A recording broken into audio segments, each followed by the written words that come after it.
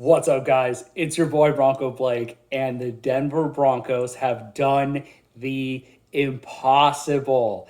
The Denver Broncos came back and scored 33 unanswered points in the fourth quarter against the New York Football Giants.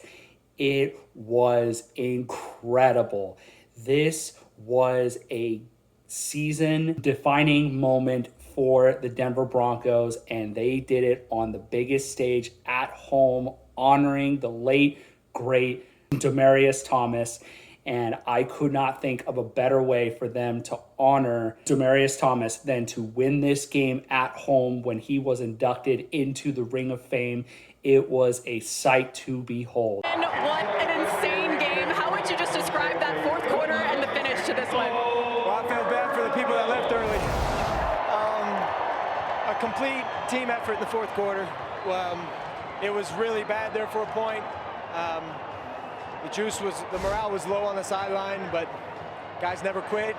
Took a few plays, and then next thing you know, Will Lutz is kicking a game winner, and man, I can't believe it. I haven't really had one like that, so that's a first for me. But I love our team. You talked about the morale being low. How did you get it turned around to put this comeback together as a team? Well, it started with us going down and scoring the first time, and then defense got a few stops.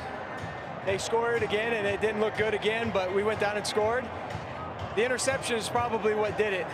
Gave us a short field, and then we just rallied and kept scoring points, and they score again, and you think it's gonna go their way, and Marvin makes a play, Court makes a play, and Will kicks a game winner. I'm so excited for Will, man.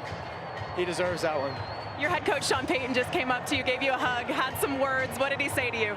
That last one to Court we installed yesterday, so you never know when a detail is going to matter. You never know when a coach is going to see something, and Coach trusted us. He believed in us. He put that one in, and Cortland went up and made a play, and man, it's just every point mattered today. Enjoy this one, Bo. Thanks so much for the time. Thank you. Go Broncos. And I'm going to get right into my first take, and that is, of course, first and foremost and front and center, Bo Nix. For 3 quarters, yes, I know, Bo Nix struggled. He wasn't setting his feet right. He wasn't seeing the field as good as we all had hoped. But when it came down to it in the fourth quarter, and when he finally locked in and settled in, Bo Nix stood tall, kept his eyes downfield, and he delivered.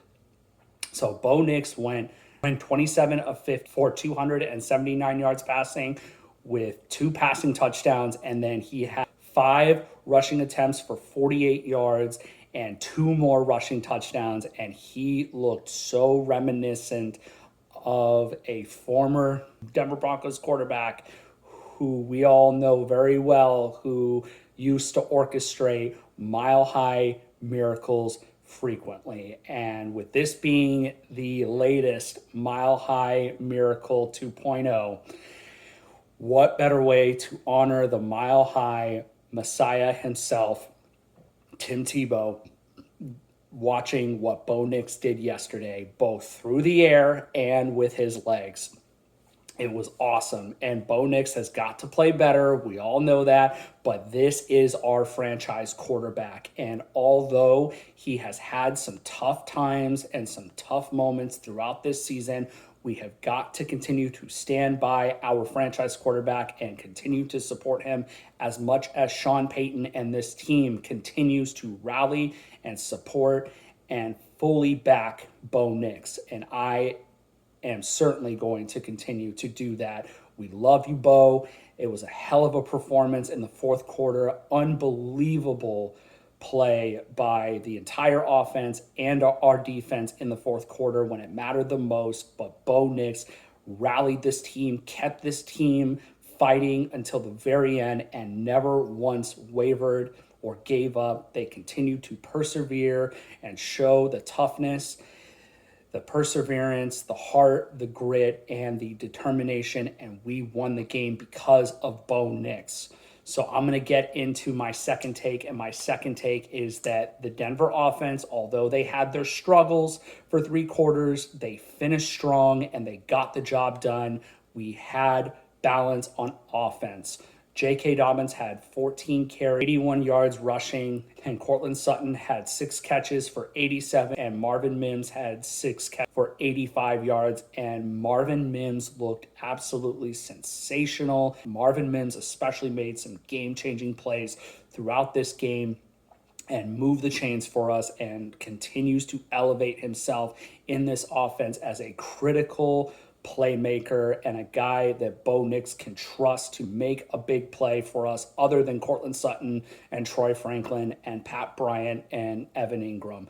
Marvin Mims continues to ascend in this offense, and I've got to give him his flowers and his props. Marvin Mims, you, sir, are on the up and up, and we all have taken notice. A mile-high salute to you, Marvin Mims. Couple things, and we'll go to questions. Obviously, kind of a crazy back and forth game when you got later into that game. We struggled for at least 2/3 of the game offensively. They hit some big plays on us defensively. I was proud we fought to get back in it. It's like we had to find a way to clean up our mess. So I told them, look, enjoy this. There's some grit there. They didn't quit, but man, it's important we don't let the euphoria of a win like that cloud the things that need to get cleaned up tomorrow. So they'll enjoy it tonight, but there are a lot of things that we're still doing, particularly offensively, that trouble me, and we'll get it fixed. We have to get it fixed. So any questions?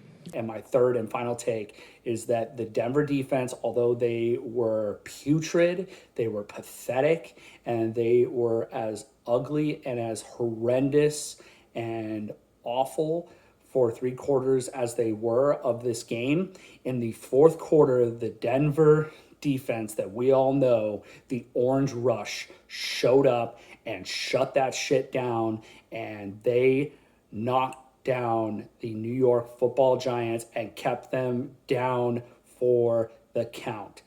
The Denver defense made enough plays to win this game and to help Bo Nix and the Broncos offense rally and put up the 33 unanswered points to win this game throughout the fourth quarter. It was fantastic, and it was an epic performance by the Denver defense, and they showed up when it mattered the most in the fourth quarter. Couldn't be more proud of those guys, and they did a hell of a job.